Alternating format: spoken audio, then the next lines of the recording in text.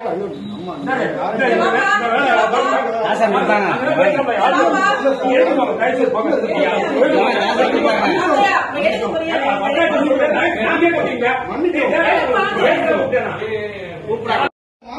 கூட்டு பேசுனது ஆர்டிஓ முடிவு என்னதான்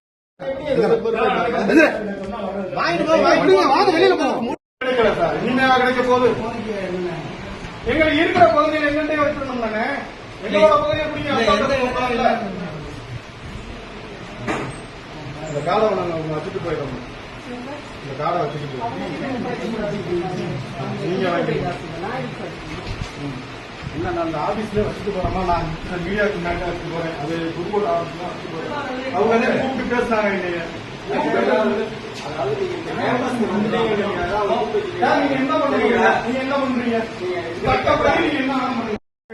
இப்ப தாசில்தாரை வச்சுக்கிட்டு பேசுறாங்க. தாசில்தார் வச்சு பேசும்போது நாங்க ஆதார் கார்டு ரேஷன் கார்டு ஒப்படைக்கணும், எங்களுக்கு ஏகப்பட்ட பிரச்சனை இருக்கு.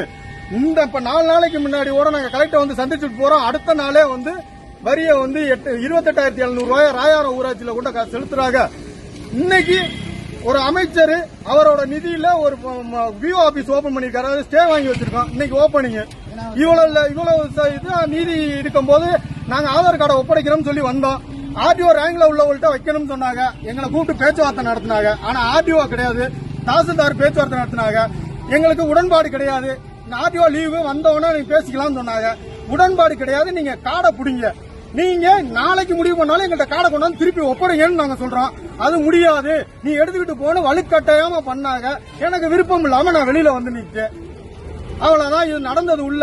உள்ள வந்து சார் நீதி கிடைக்கிற மாதிரி சரியா தெரியல சார். நாங்க நீதிமன்றம் போனாலும் நீதி கிடைக்க போறதில்ல. வெறுத்து போய் தான் சார் இந்த நாட்டுல எங்க இந்த வாழ்றதுக்கு தகுதி இல்லாதவங்கன்னு சொல்லிதான் ஆதார் கார்டை ஒப்படைக்கிறக்கே வர்றோம். யார்ட்டையும் எடுத்து வச்சுக்கிட்டுலாம் பண்ணல சார்.